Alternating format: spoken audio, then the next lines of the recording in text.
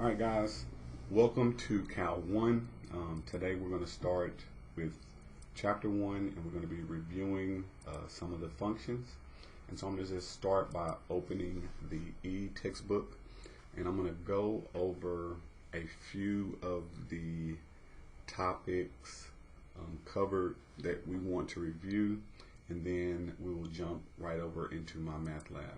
So we're going to start with 1.1 review of functions and 1.2 representing functions. And so you can access the text from within MyMathLab, but you can also go from the MyMathLab site.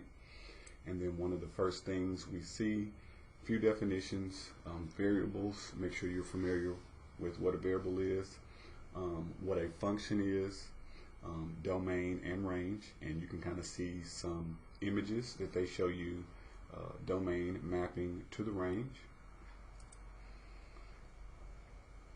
We go over different terms for domain and range, independent variable, dependent variable, graphics. You can see all of these things and they give you some expressions.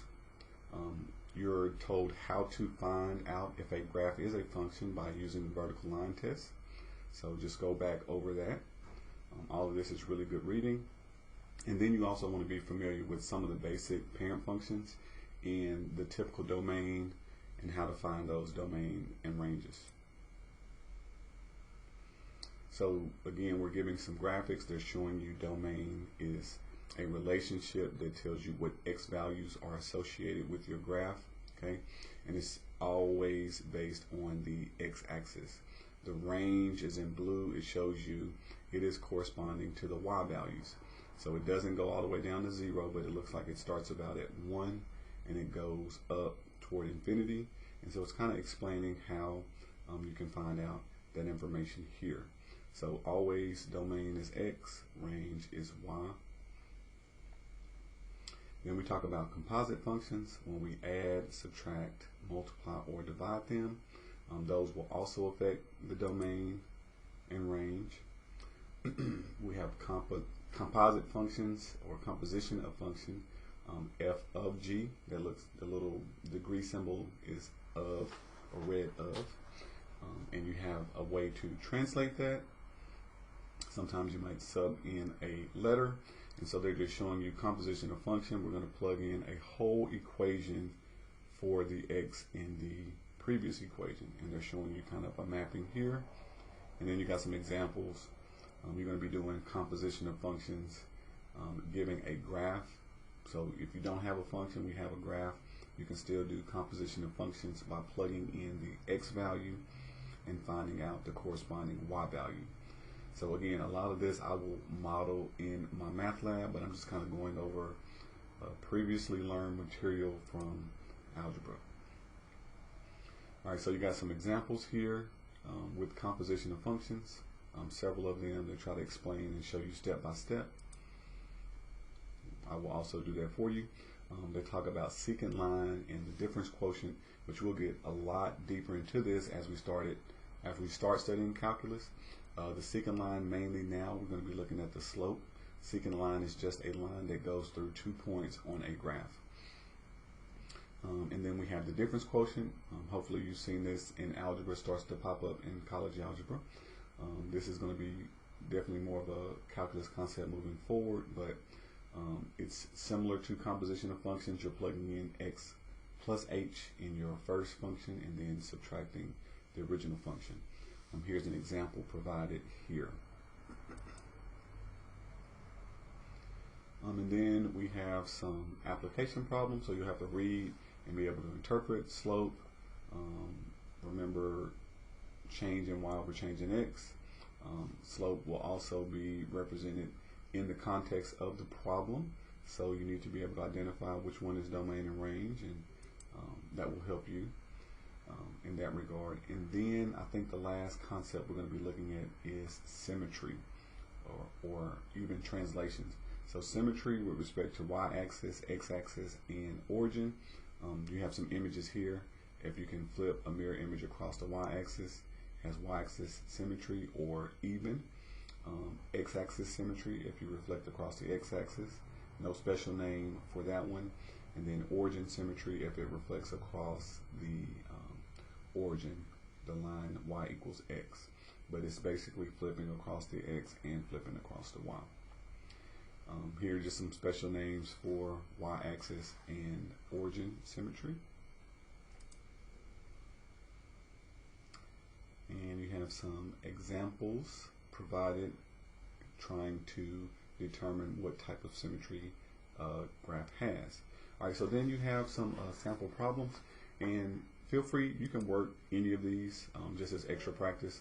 The odd answers are provided in the back of the textbook, so if you open the textbook the way I did from the MyMathLab homepage, this textbook, you can go to the glossary in the back, and it has an answer appendix, and it gives you the odd answers based on the chapter and section. So it tells you chapter 1, section 1, and if you want to work any of those, the odd answers are provided for extra practice. Okay, so let me go back. I'm going to go to 1, 2, and just show you some of those concepts. So in 1.2, representing functions, you have some other terms that you want to be familiar with. Polynomials, which they kind of show you what a polynomial equation looks like. Be familiar with the term coefficients, which is just the number in front of the variable expression term. The degree, which is the power, and zeros or roots whenever we plug in 0 for the y and we solve for x. So you got different functions that you want to be familiar with: rational, algebraic, exponential, natural exponential function, natural log, a trig, inverse trig, and transcendental functions, which they give you a diagram to kind of help you break those apart. So polynomial rational functions, those are more algebraic. Transcendental, those are the trig, exponential, log, and it says many more. So we'll be using graphs to find slope, find maybe a solution to a pair of graphs. We'll do some application problems, finding slope and rate of change.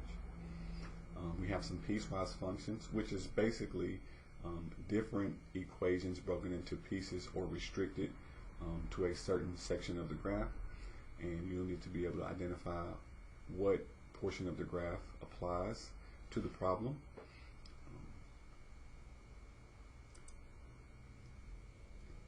You have some transformations.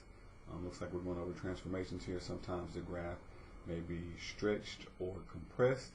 We have different lines showing you, well actually this isn't transformations yet, but it's just showing you different polynomial graphs, so even powers and odd powers here.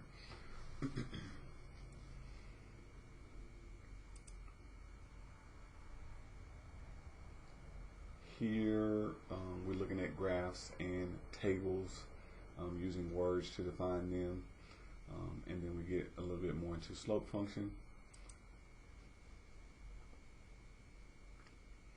So some more examples just using graphs. These are piecewise functions here. Area function. So they show you how to find the area. So you kind of see in the shape, you can kind of count squares or estimate it by using the shape of a triangle. Base times height, 1/2 of that. So different applications of, once we have a graph, we have an image, we can do a lot of different things with it. And then here we get into transformations. So transformations are going to be shifting a graph left, right, up, down, stretching it or compressing it in the horizontal or vertical direction. We are going to be provided with a table. So these are just a bunch of different factors, just kind of showing you this textbook's illustration of the form, like the general equation of what we're looking for when we make these transformations. Here is their overall breakdown, letting you know based on a value A, B, C, or D, what that letter is going to do to the graph as far as a transformation. So these things are concepts you want to be familiar with, or at least review over. And from here, I'm going to go ahead and stop this, and I'm going to jump into MyMathLab, and we're going to start doing some example problems.